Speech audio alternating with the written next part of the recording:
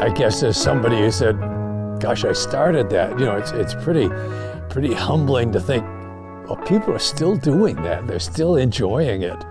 And it really fills a need here in Ketchikan and has helped Ketchikan kids feel like, we're pretty special. The folks next door aren't doing that. We get to do that. The first trip, we started at Settlers Cove, and we walked about a mile up the beach. And I was thinking about it as I came out today. Back in those days, there was no bridge across the creek over here. You just forded the creek and kept going. By the time we came back, we realized this is something that kids not only really, really enjoyed, but it's a skill they really need. And so we learned how to be more skillful and learned about hypothermia and cold water near drowning and the fact that when you're on the beach, food isn't really what you need. Shelter is what you need. That's the life-saving thing. And so we taught kids, how to build shelter, how to create a shelter from nothing. This is my shelter. Last night it was just me and Lily sleeping in here, so I was like right here and then she was like right here and we were sleeping like really close. But we have 2 other people sleeping with us, so they're gonna sleep in the middle. And yeah, this is like, I was just sleeping here. It's kind of nice, but you wake up a little bit because it kind of gets cold. So sleep with layers on. So this is me and Lexi's shelter. That's her side and this is my side. Underneath, we just have like our shoes at the front. And then back here we have our like packs, which has like all of our stuff in it.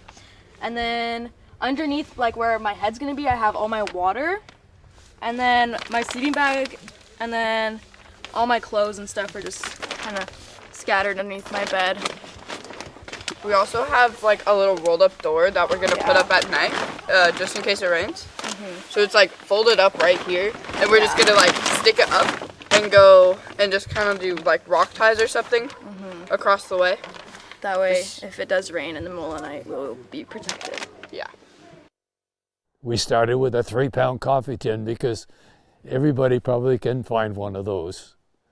And as it worked out, that was more than enough. I had my coffee can, and we all survived together. That was part of the game. So this is my survival can. It has it's a pot, so that way we can cook if needed in it, with a lid to boil water, because in case we don't get Giardia. We have a whistle that we're supposed to bring with us at all times. In case we get into any danger, we're supposed to be in groups of 2 or 3. This is water flavoring because the water here, I guess, taste the best. Yeah, not supposed to taste very good. So I brought a bunch of water flavorings. Beef and chicken flavoring for the food because, some of it might taste funny, or, you just might, flavor. Yeah. Or you might want to make a soup. We kind of, it's one of our big plans, make a soup.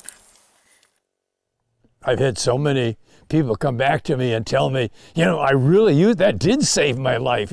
I really used that. And that just, dovetails with my teaching philosophy so clearly, because that's what motivates people to learn, is to see that there's a reason for doing it.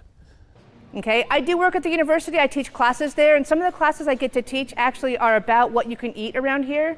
The most common question I get whenever I show anybody any pictures of anything is, can you eat that? And so that's exactly what you guys want to know, is what you can eat when you go out on your fantastic trip next week. Deer heart is up. They are not blooming yet. This is a picture with the blossoms on it too. But the deer heart are the heart-shaped leaves that you can see. They're all over right now. They're young and tender. The youngest, tenderest ones that are even like maybe not totally uncurled, the highly desirable ones. And you can tell that they are the deer heart because the leaf is heart-shaped, and the veins all run from the place where the leaf attaches to the stem all the way to the point of the leaf without branching. They have unbranched veins.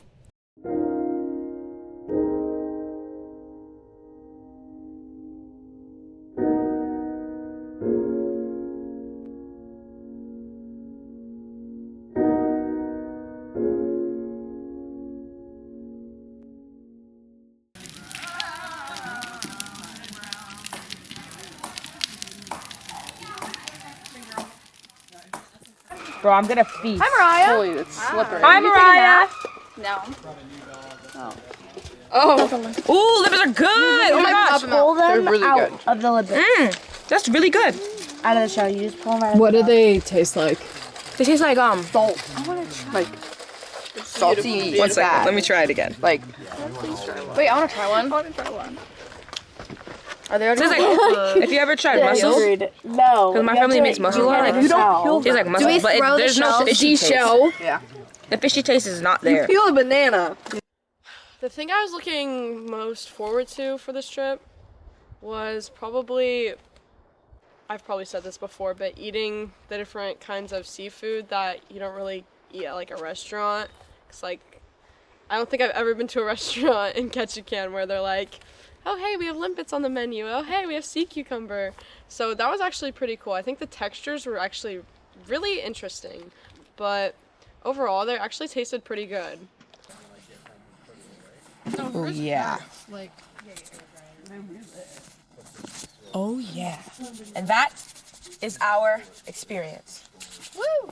So now, my bad. So now we're gonna go back to school looking like we just had the most fun but also most rough time.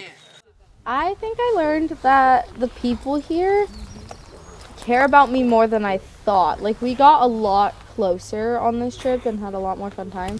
And now I feel like even closer to them than I did before. Real. Yeah.